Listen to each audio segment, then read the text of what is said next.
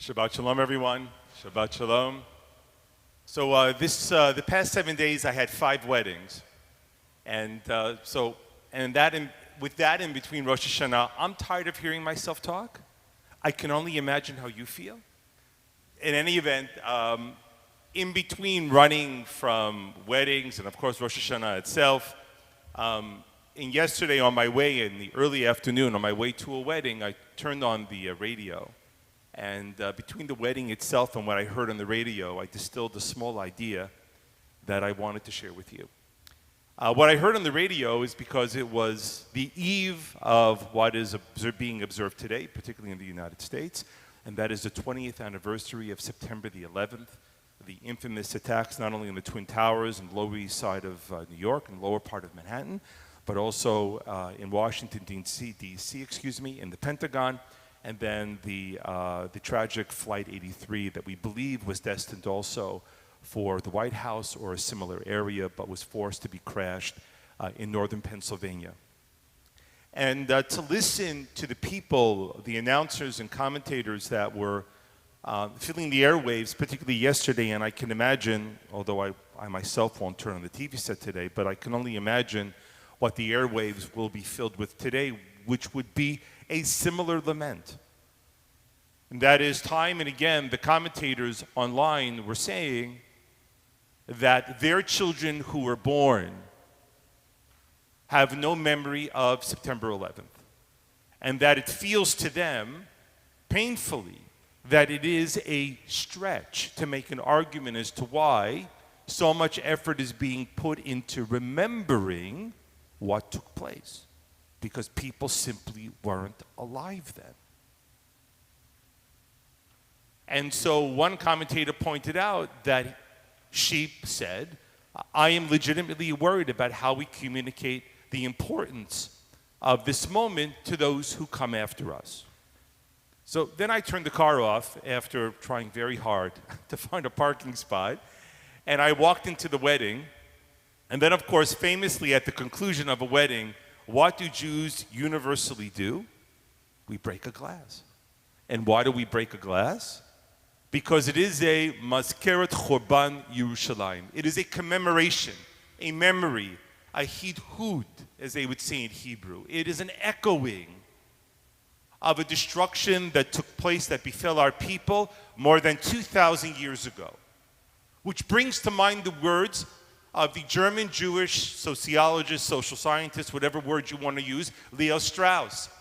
Strauss famously offered that the Jews are not a people of faith. In that he was correct, because nothing actually exists in the biblical or rabbinic record commanding us necessarily to believe in God.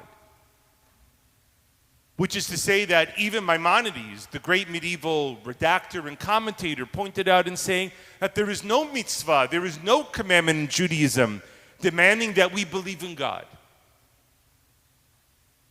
So Strauss asked, if we're not a people of faith, then what are we? And Strauss said the Jews are a people of memory. Jews know how to remember. We don't bewail or bemoan if we're going to forget that we left Egypt. Every year we remember it.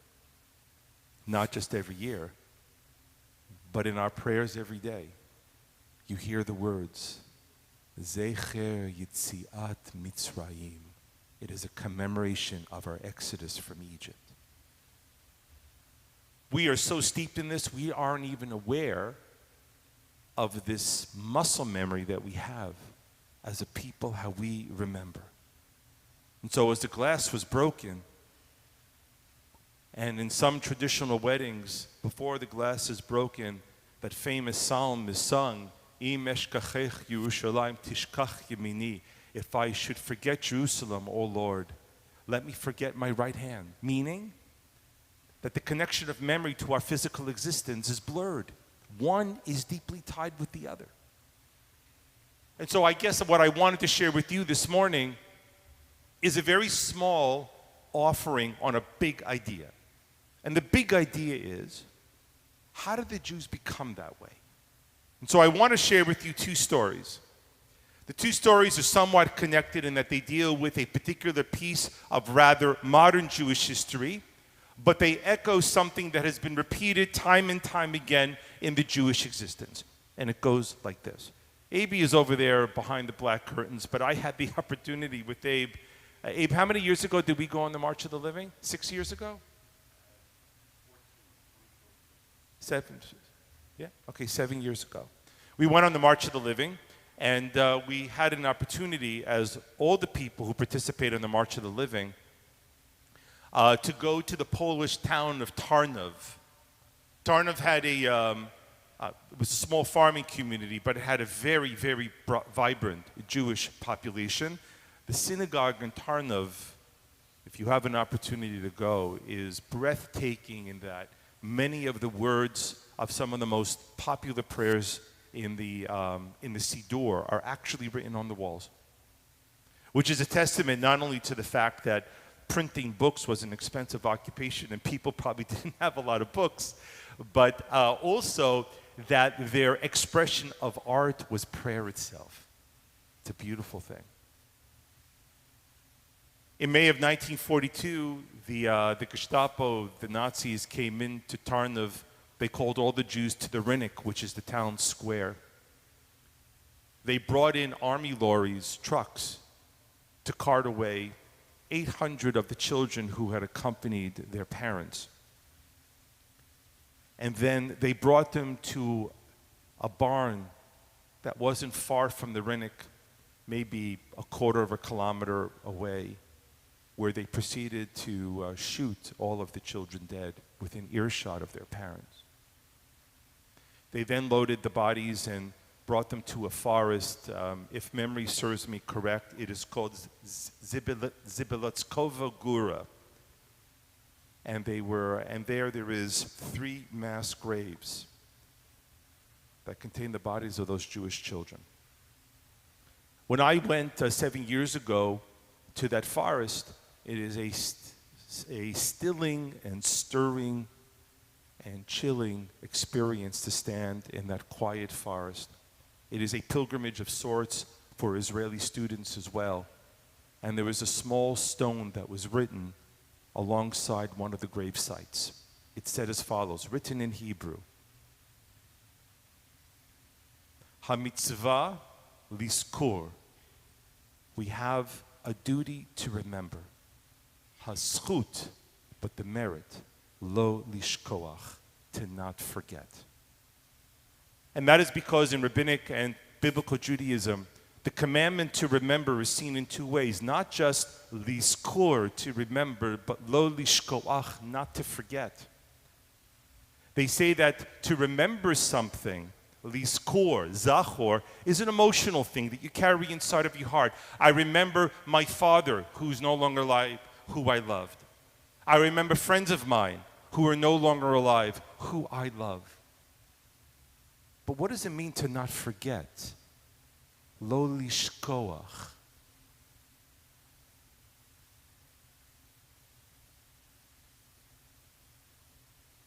There's a story told about Menachem Begin in 1967.